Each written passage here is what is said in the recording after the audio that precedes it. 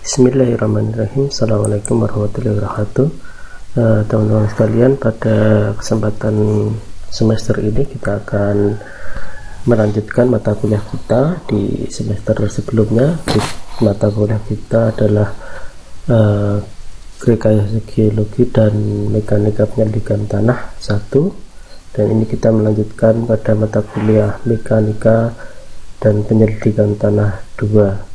Nah, apa yang akan kita bahas pada mata kuliah mekanika tanah 2 ini adalah yang pertama, kita akan mengetahui dulu sebetulnya apakah sifat-sifat daripada tanah yang akan kita pelajari, karena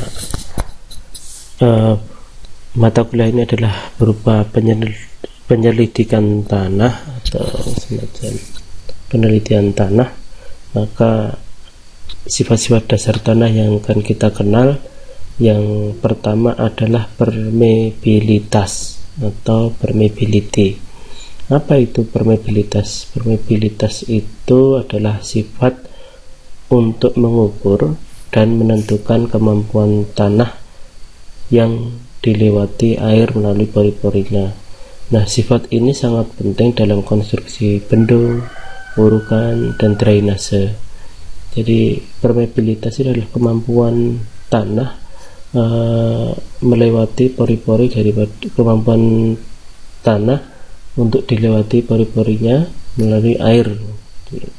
Ketika tanahnya agak berongga, maka dia akan lebih cepat air itu meresap melalui pori-pori atau rongga di dalam tanah tersebut.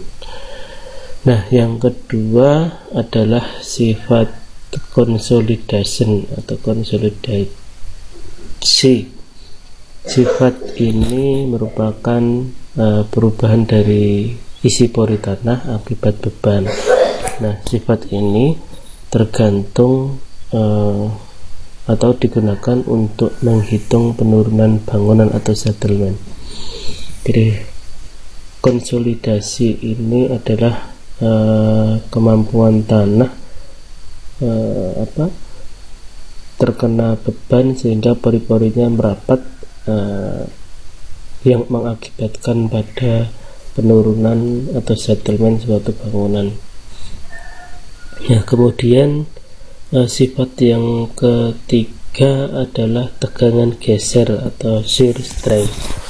Nah, untuk menentukan kemampuan tanah dalam menahan tekanan tanpa mengalami keruntuhan, sifat ini dibutuhkan untuk perhitungan stabilitas pondasi dan timbunan tanah.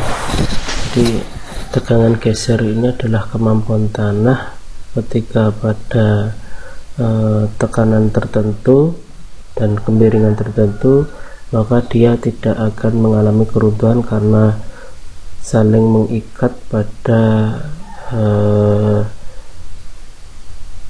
kondisi tanahnya atau partikel tanahnya saling berikatan dan rapat, sehingga pada kemiringan tertentu dia tidak mengalami keruntuhan.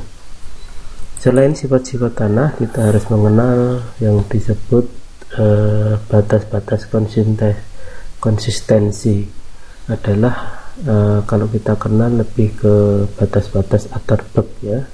Batas-batas Atterberg ini tergantung pada kondisi air yang terkandung di dalam massa tanah.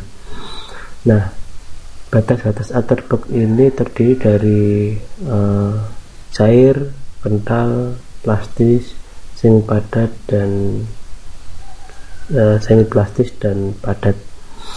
Cair sendiri berarti nanti ada liquid, kemudian kental, ya, plastis, semi plastis, dan padat. Untuk lebih lanjut kita akan bahas di materi berikutnya. Demikian pengantar mata kuliah penyelidikan tanah 2.